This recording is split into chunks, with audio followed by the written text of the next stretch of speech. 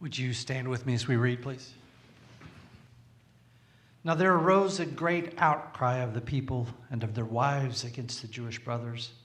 For there were those who said, "With our sons and our daughters we are many.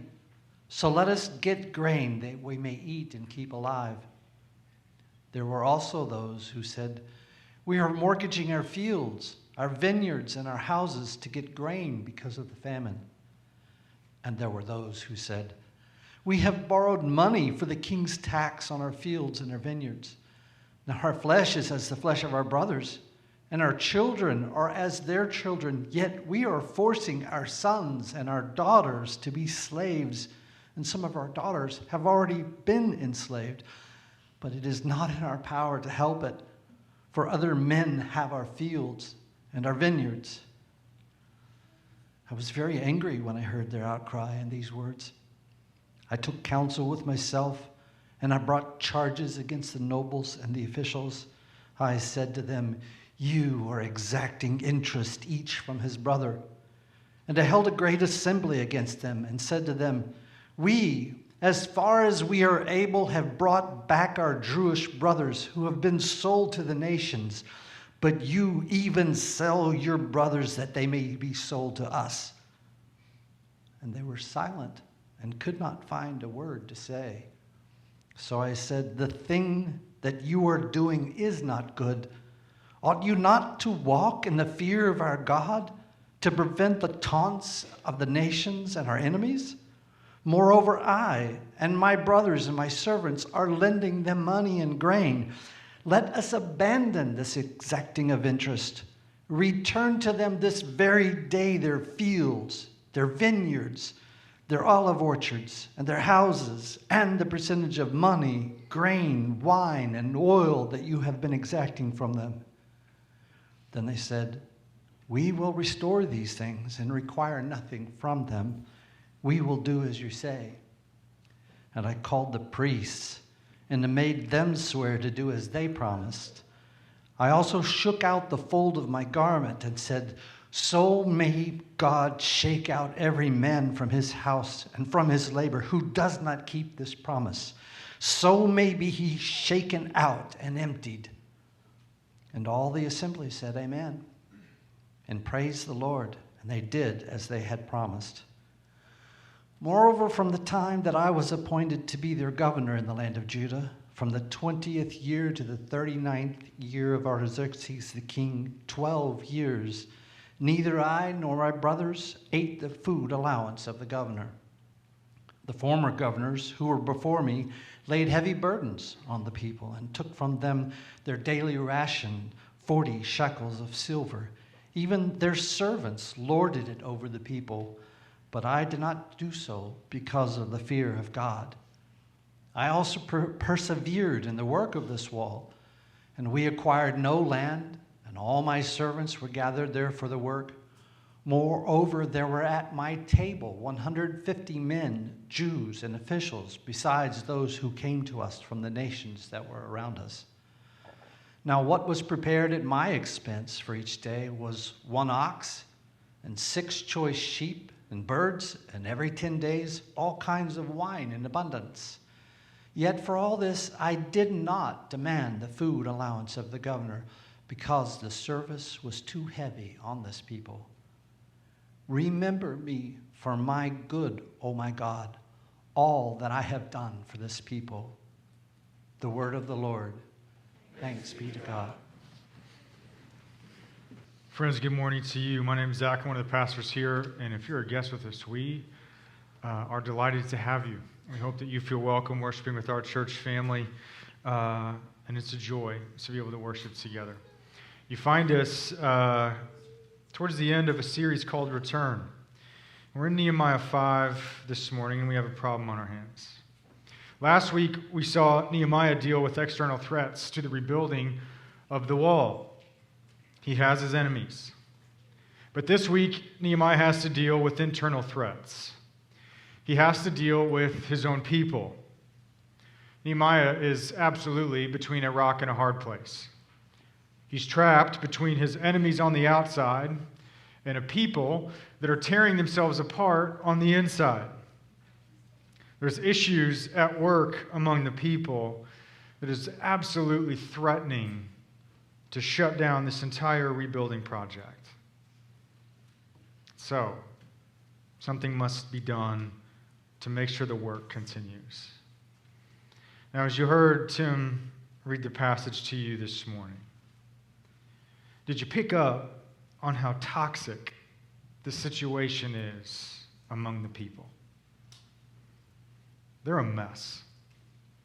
And everything is falling apart. So here's my question for you. What do you think the solution is? What's the only solution to all of these challenges and to unite the people so that the work of God can be accomplished? What do you think the solution is? Well, to understand the solution, we have to understand the problem. And for starters, there's a famine in the land. And in the ancient world, that's when things go bad. Because in the ancient times, ancient economies were agrarian economies. And so whenever famine happened, well, that meant recession, inflation, and economic hardship. And so in verse 1, this famine produces challenges among the people. And there's an outcry. It says there's an outcry of the people and of their wives. And that language for great outcry, that's Exodus language. That's language that is reserved for when Israel cried out to God in their bondage in Egypt. This is the language of oppression. But who is this outcry against? It's against other Jews. It's against their own flesh and blood. And this outcry comes from three sets of people. The first is from the women. The women are crying out for help because all the men are actually in Jerusalem rebuilding the wall. If you remember, they work all day, they sleep in the city at night to protect it, so the women are having to pull double duty. They have to care for the home and for the family, but they also have to work out in the fields. But there's little crop, which means little money, and they are desperate to feed their families. But that's just the beginning. Because there's others who've had to mortgage their lands and their vineyards and their houses just to get money to buy food. Can you imagine being in that desperate of a situation where you have to borrow money against your house just to put food on the table? But then you don't have the money to pay back that note because there's few crops, which means little income. And then you have a third group. You have a third group that had to borrow money and mortgage their properties just to pay property taxes. The Persian Empire was notorious for laying brutal property taxes upon their subjects, in the upwards of 50%. Not to mention all of the local taxes that local authorities and officials would place upon them as well. So these people had to mortgage their land, their vineyards, and sell everything that they had just to pay these taxes. But then whenever the famine hits, they have no money and they have no assets to leverage to help feed their families. So the only option they have left is the worst reality of this situation. Is that they have to sell their own children into debt slavery. Did you ever sell your child?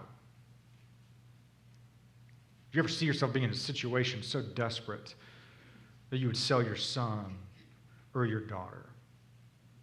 Do you see how toxic this situation is? Do you see how it's destroying the people? Do you see why there is an outcry?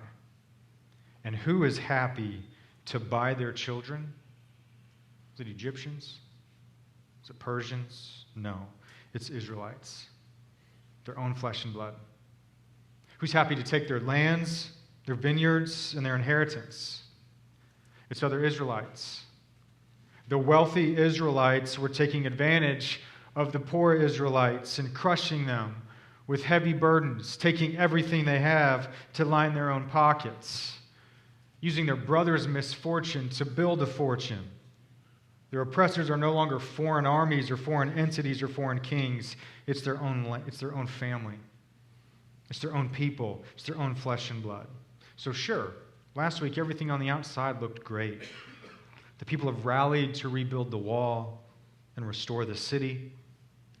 But on the inside, they're rotting and they are destroying one another.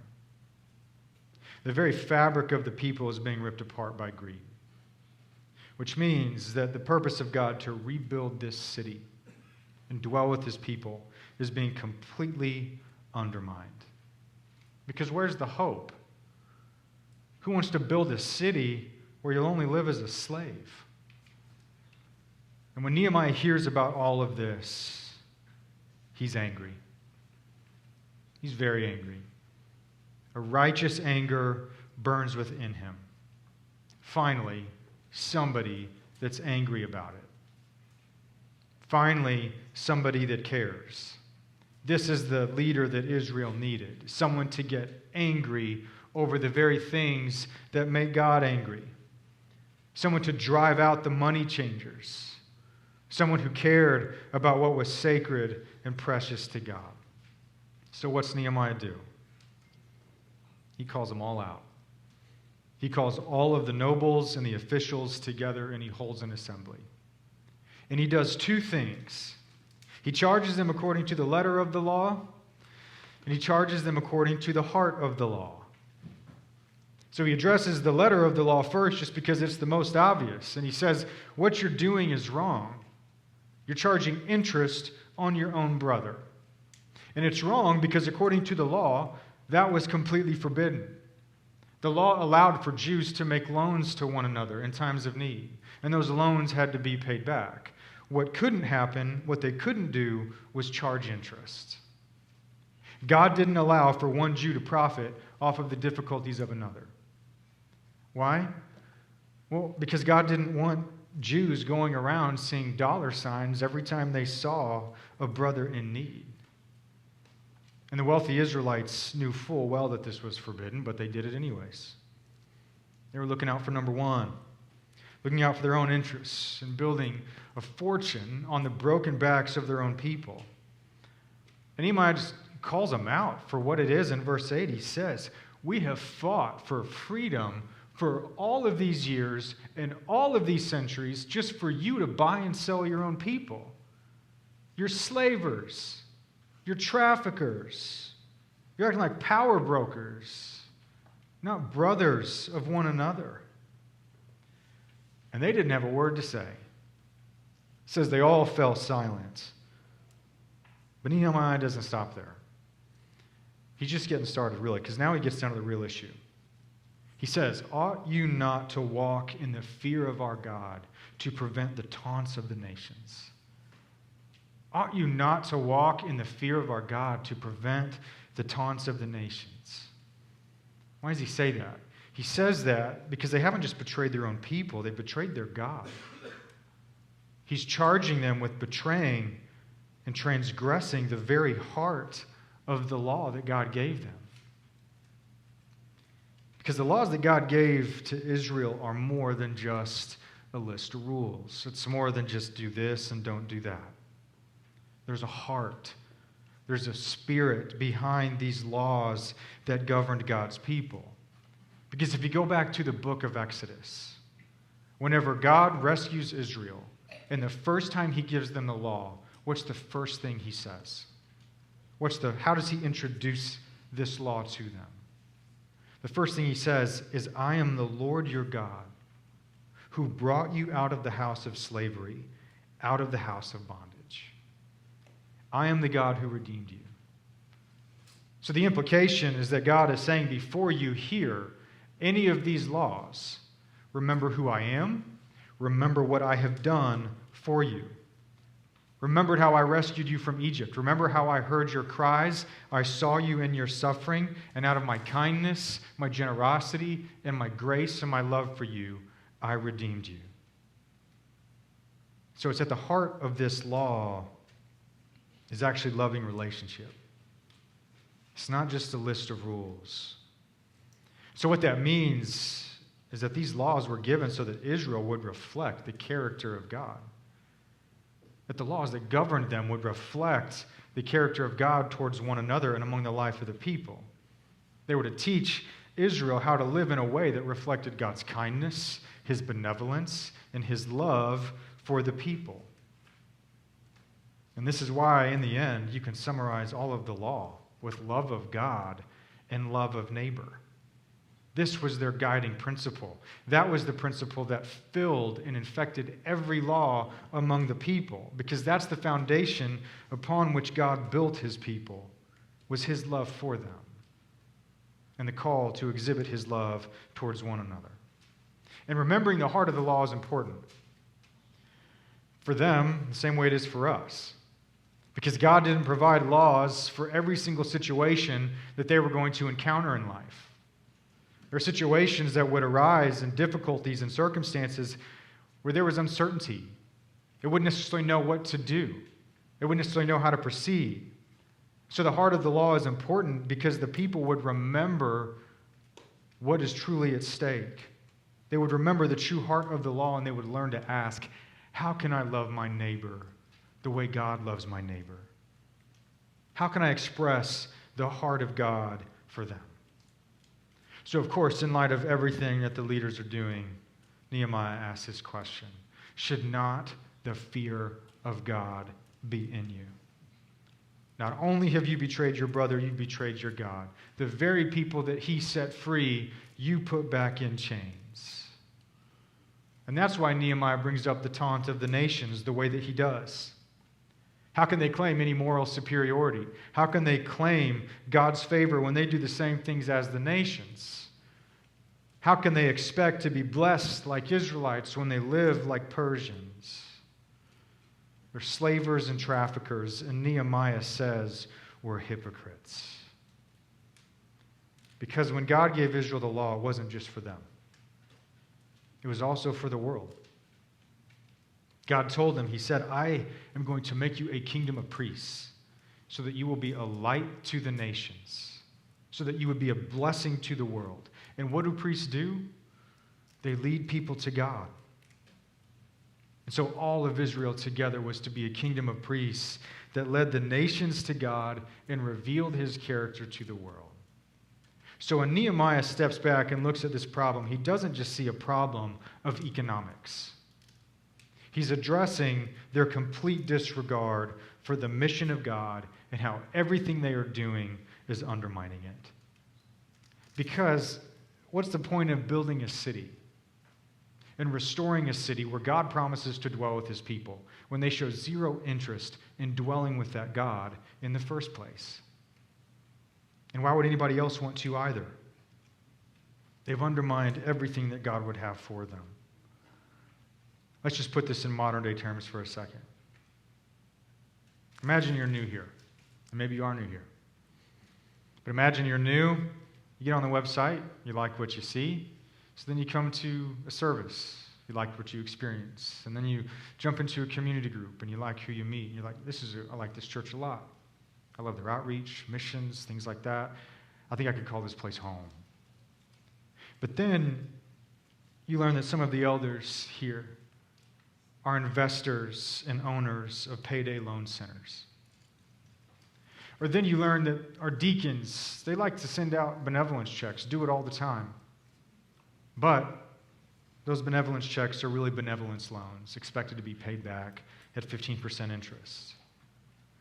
Or you learn that RPC likes to trim off 20% of everything that comes in for India. Just to keep the lights on. Now, would you still want to go here? Would you still want to be a part of this church? Hopefully not. Hopefully you'd be long gone. And why would anybody else want to either? The thing is that all of that is completely legal. And yet, doesn't it completely betray the people that we are called to be? Now, I can assure you that none of those things are actually happening, in case you are new here. And this is the exact situation that Nehemiah finds himself. It was true for him. This was going on among the people. And he says, you have completely undermined the very reason for why you exist. So what's the solution? What's the only solution to this toxic situation? How can Nehemiah unify the people so that the purposes of God can be accomplished and brought to completion? What's the solution? It's generosity. It's abundant, divine, life-changing, radical generosity. And Nehemiah calls them to do something that nobody expected because nobody was thinking about the heart of the law. He calls them to exhibit a radical generosity at their own expense.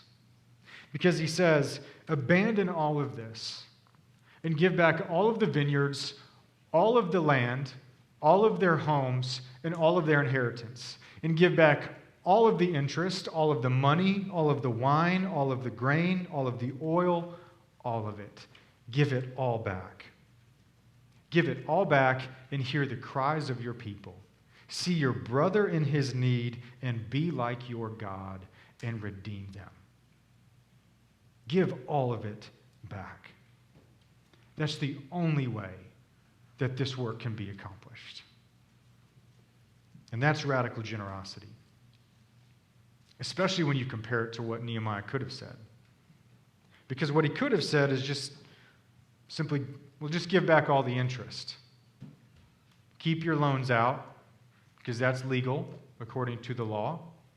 But just give back the interest and make it right. He could have very easily just told them to do just enough to get back inside the boundaries of the law. But he doesn't. He calls them to something more. He calls them to something divine. He calls them to radical generosity. He calls them to lay hold of the heart of the law, to show a love for their neighbor that displays God's love for them, to redeem the people and release them from their burdens, to see the power that they possess for goodness and for good, and to put the redeeming character of God on full display in the kingdom and to the world. He calls them to a radical generosity to restore hope to the people and to use that generosity to drive the mission of God forward. And this is the exact leader that Israel needed. One who saw the needs of the people and understood the power and the purpose of generosity. And that's who Nehemiah was. Now, this moment changed Nehemiah. He becomes a different kind of leader after hearing and learning of all of this. Because if you notice in verse 10, he mentions how he too had made loans up to that point. Now, the context seems to suggest he wasn't doing it at interest, but because of the need, he also was making loans. But it's in this situation, in this moment, that things changed for him. Because he realized that the people needed far more than loans. The people needed a generosity rooted in the fear of God and what he has done for them in order for the people to have any chance or hope of accomplishing the purposes that God had for them. And so what's he do? How does this change him?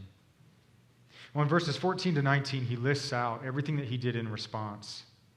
And he lists out his ongoing commitment to the people.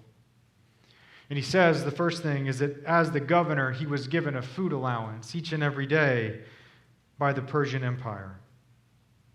But he never used it on himself. He gave it to the people. He didn't impose any taxes on the people because so many governors that came before him had laid such heavy burdens on them, and he wanted to give them rest under his leadership. He didn't acquire land to enrich his own portfolio, to build up his own fortune and his own wealth, but he kept all of that with the people where it belonged. But then look at this. He says that every day he fed 150 men at his own table. Each day at his own expense, he provided 1 cow, 6 sheep, and the best food. I read that and I think that's 2 briskets and 26 beef ribs a day. That is extraordinary generosity. But also notice how Nehemiah didn't just do this for a little while. Didn't do it for a couple days, a couple months. Nehemiah did that for 12 years at his own expense. That's 4,300 cows, 26,000 sheep, and 657,000 men. That is radical generosity. So what are we learning about Nehemiah in all of this? Well, if we read between the lines, he's telling us how he bankrupted himself.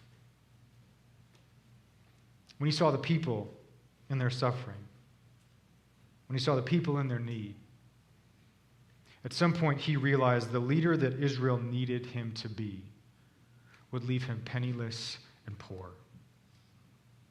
But he gave it all anyway. He gave everything he had. Why?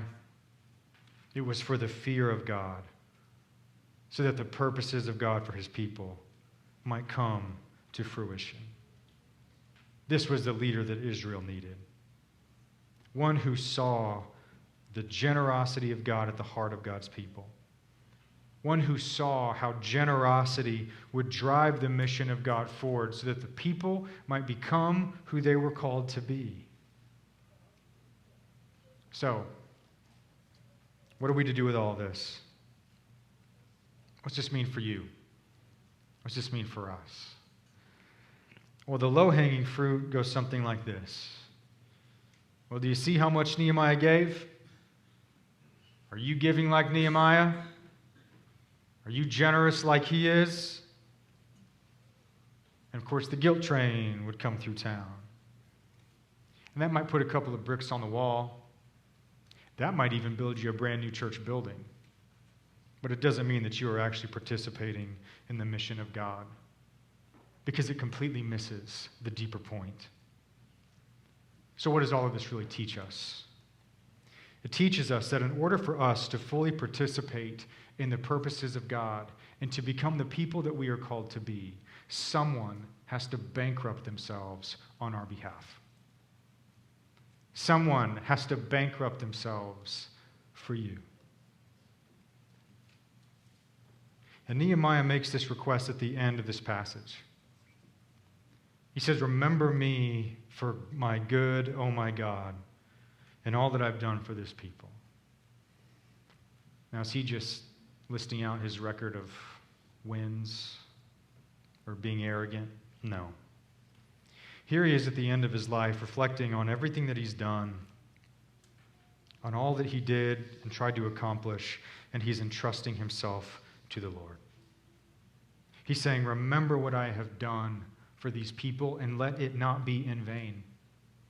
Remember my generosity so that your purposes might be complete. So does God actually remember a bankrupt Nehemiah? Yes, he does.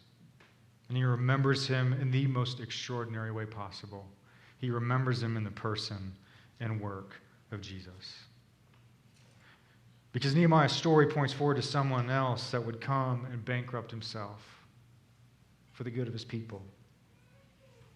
One who would give everything he had so that we might fully participate in the mission of God and his work in this world. It points forward to how the gospel is a bankruptcy story. Because you and I had a real debt before God.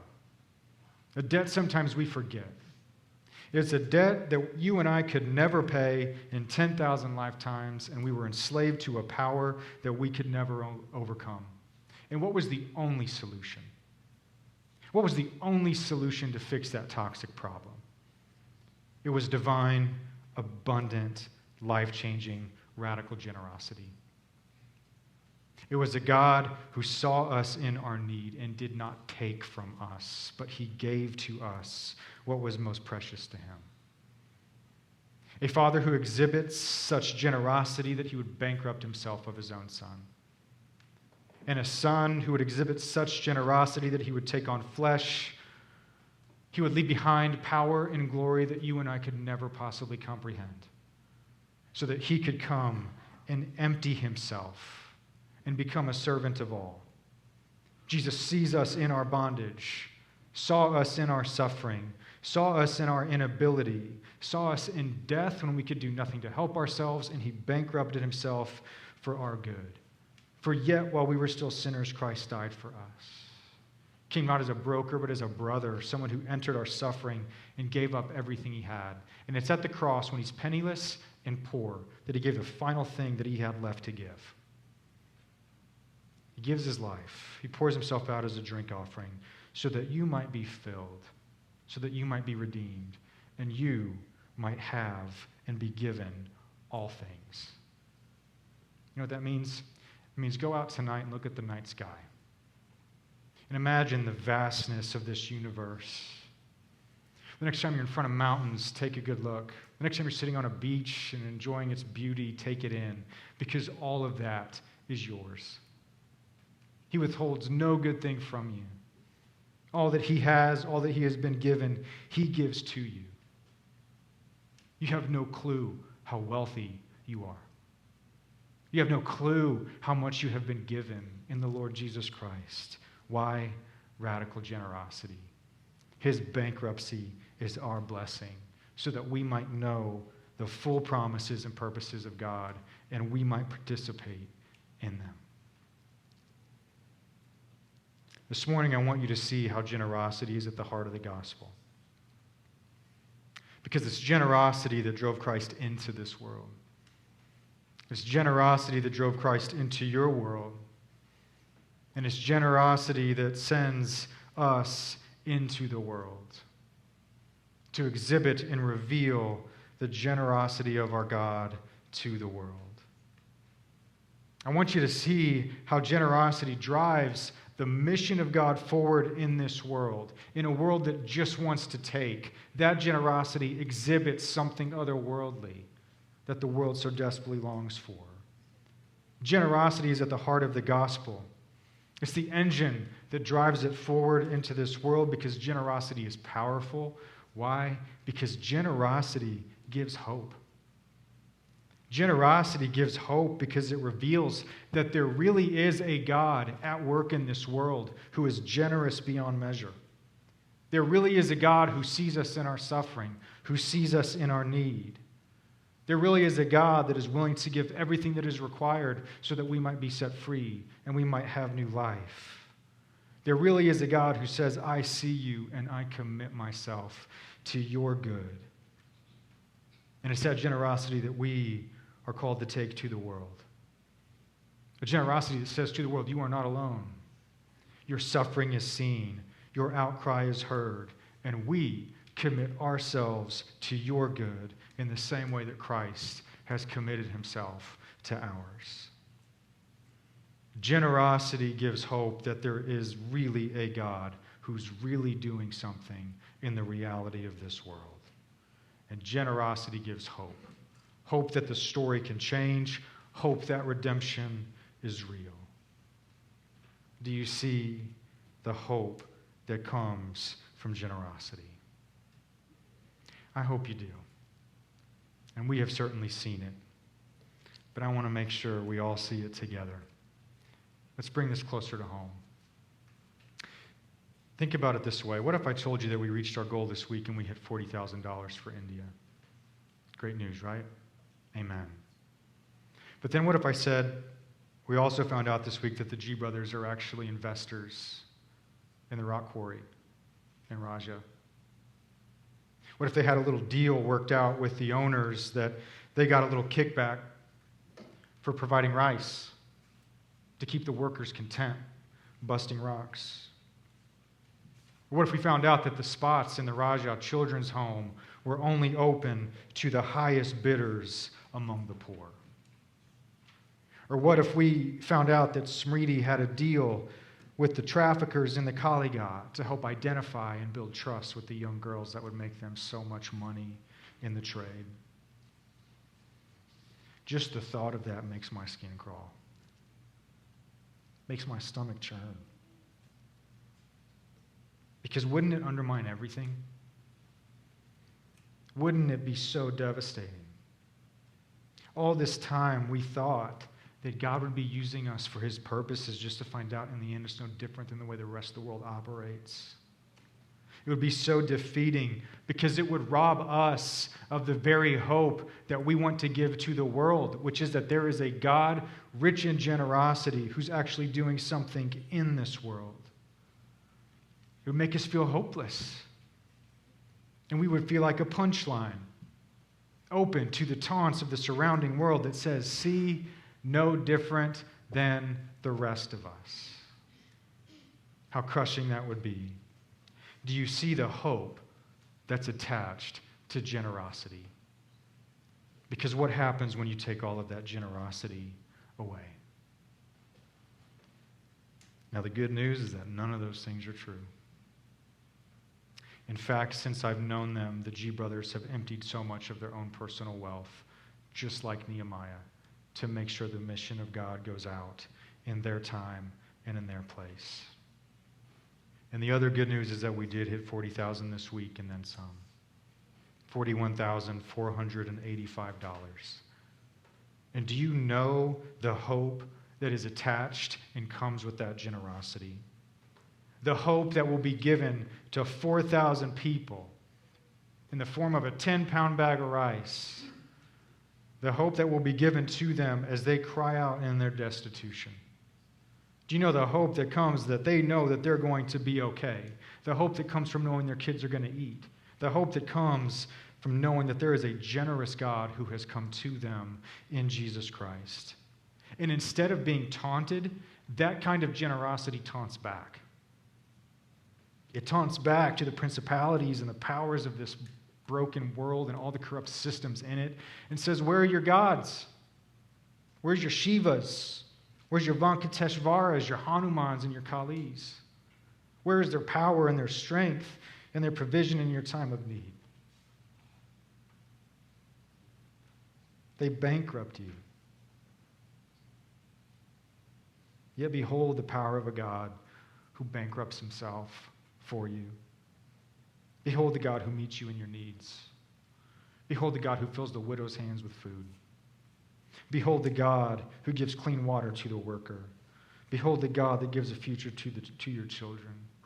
Behold the God that unites two churches across oceans that otherwise have no reason to know that each other exists apart from God in all of his generosity, breaking into both of their stories. It's generosity that reveals to this world that there is a God who's generous beyond measure, that is at work in it. And might we as a church see the power of generosity and how it drives the mission of God forward in this world. Might we be jealous for the name of Christ, joyful in generosity for our good and his glory. Because it's generosity and the generosity of Christ that drove us into our surrounding neighborhood to pass out 900 invitations to a Thanksgiving meal. Because generosity says, there is a place for you. It's for generosity that drives us into Mobile City. Generosity to befriend our neighbors and to show the love of Christ without expecting anything in return from them. Why? So that the mission of God might be complete in their community. It was for generosity that someone said, really? You're coming here? It was for generosity that an agnostic woman said, so what's next? Are we going to do this again? Are you going to come back? It was for generosity that our deacons have already had an opportunity to help a family that fell on such hard and desperate times, even since we first met them. And 3 times that person has come back to Kenny's house saying, thank you, thank you, thank you. Because there is gratitude when someone hears the way that generosity says, you are not forgotten, and you will not be swallowed up. And did you hear last week the power and hope of generosity when Missy Camp shared? You could probably barely hear it in her tears. How much it meant to her to have families stumbling over themselves just to bring them dinner as she battles cancer. And why? I'm pretty sure Eric and Missy can afford dinner. But generosity says you don't have to. Generosity says, I am with you. Generosity says, I see you. It says you're not alone because there is a God who is with us. It's generosity that reveals that there is a God who is generous beyond measure, that is actually doing something in this world and in us. And a picture is worth 1,000 words. And there's one I'd like to show you as we close. This picture was taken this week in the deep forest as the G brothers were distributing food. See that woman in blue? See how behind that scarf, do you see that smile? Do you see that hope? And remember that out of frame of that picture is death, devastation, sorrow, and sadness that you and I have never seen on a scale that is beyond our ability to understand. And yet you see that smile. A smile that shines bright, like a light to the world that says, there really is a God that brings healing to the nations. Behold the power and hope of generosity. RPC, my prayer is that we would be blessed beyond measure so that we might be a blessing for the glory of Christ and the life of the world. Let's pray.